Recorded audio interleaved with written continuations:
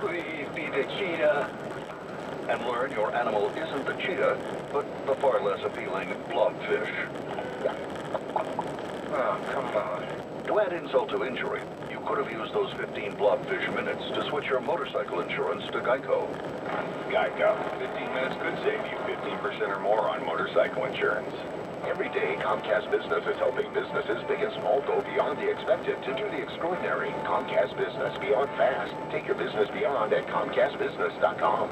Join us July 4th on the grounds of the Indiana War Memorial for the IPL Downtown Freedom Fest. The fun starts at 6:30. Fireworks launch at 10. Details now at 1070thefan.com.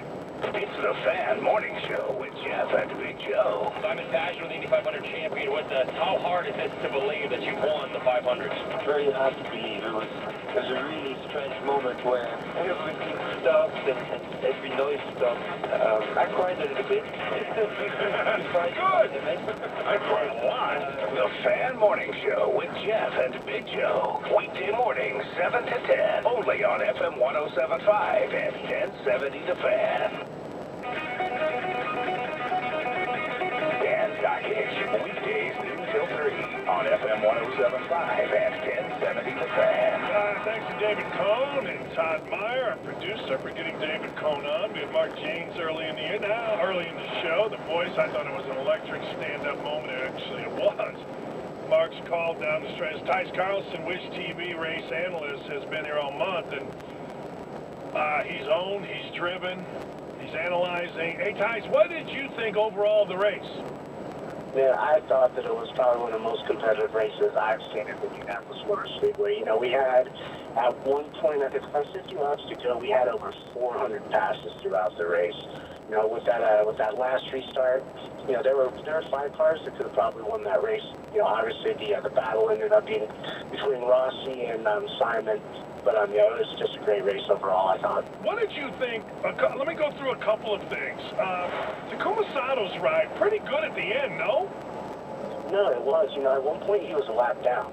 He got back on that lead lap, and then on that last charge, when Simon got past Alex, it looked like, you know, he was pulling Sato along with him, and, you know, he had to have an opportunity to pass him as well. It looked like he settled in a little bit, probably could have been a little bit more aggressive there, but, you know, coming up to third place after being a lap down, that's great. Did the best car win? I think so. I mean, he has just been dominant since he pulled through the tunnel this month. You know, winning the Grand Prix, setting on the pole, winning the 500.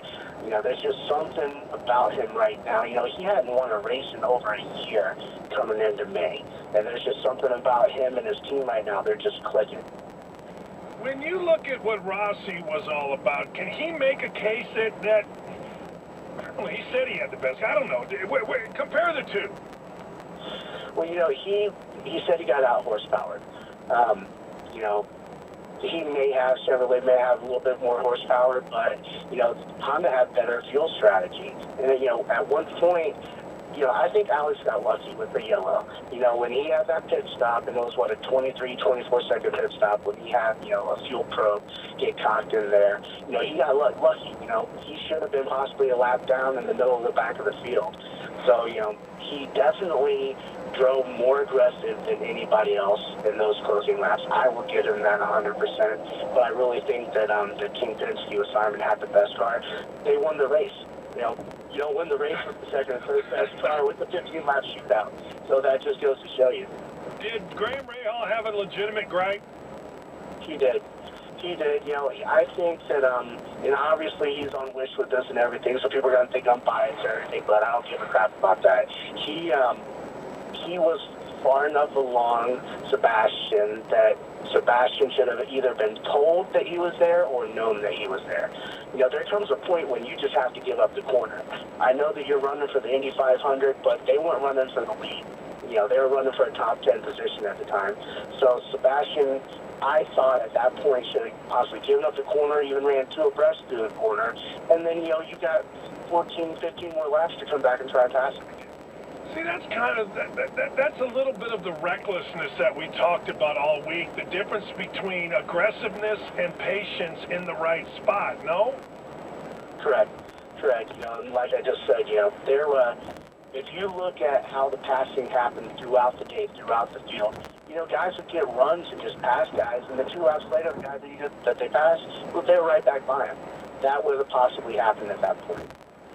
All right, as we look overall at the race, I'm going to tell you, I don't want to put words in your mouth. You tell me what you think. I felt like NBC did a really good job of promoting this throughout the year. I felt like the crowd was fantastic, and I felt like this was a crowd, how do I put this right, a legit crowd, meaning this is the kind of crowd that's going to come back year after year after year. Am I wrong?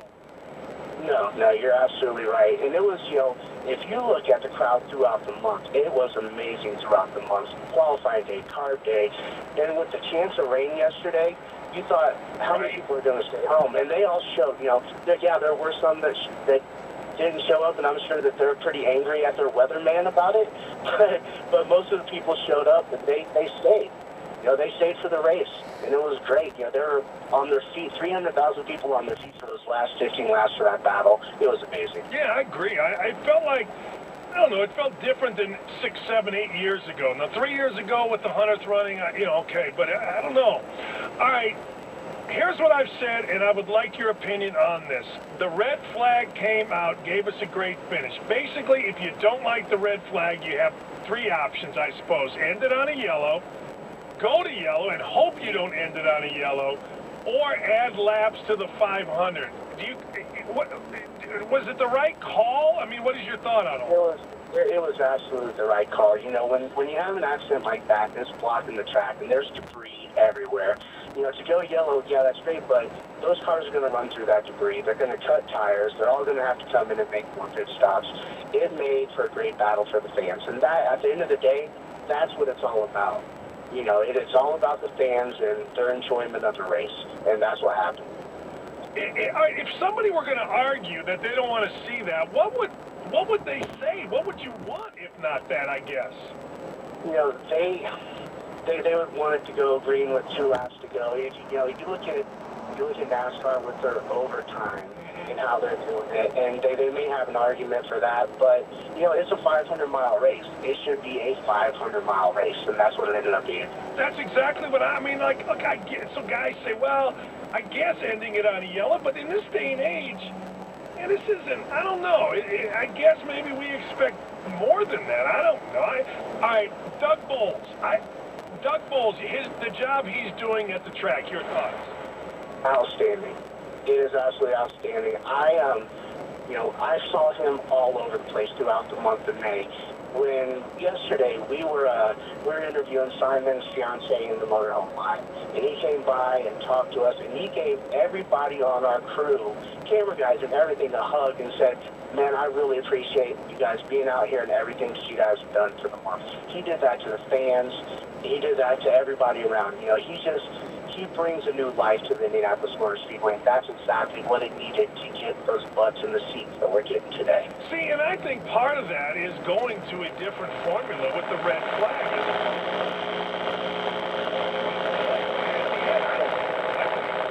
I think the only thing different that they could have done is, yeah, they want red, but I think that maybe they went back to yellow too early. They ran at, they run 4 or 5 pace laps out there. Yeah.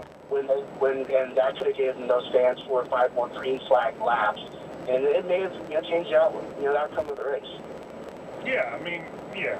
No, I mean, I get all that. I mean, you could argue that, but I'm just so glad it didn't end on a yellow, and I'm more glad that there's no thought to adding 10 laps at the end of the 500 mile.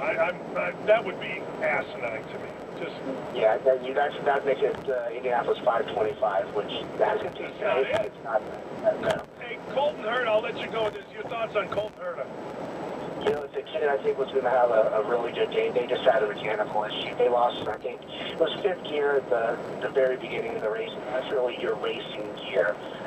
You go down a gear and you blow the motor up. You go up a gear and, you're just running slow. And I think maybe they went down a gear, and that's either they got a motor issue after that, or they blew a gearbox. And I think that if that didn't happen, I think that kid's a top 5 kid at the end of the day.